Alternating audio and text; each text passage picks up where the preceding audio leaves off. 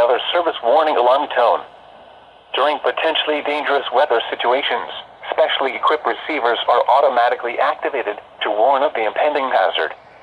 Tests of these receivers by this system are normally conducted by the National Weather Service every Wednesday between 11 a.m. and noon.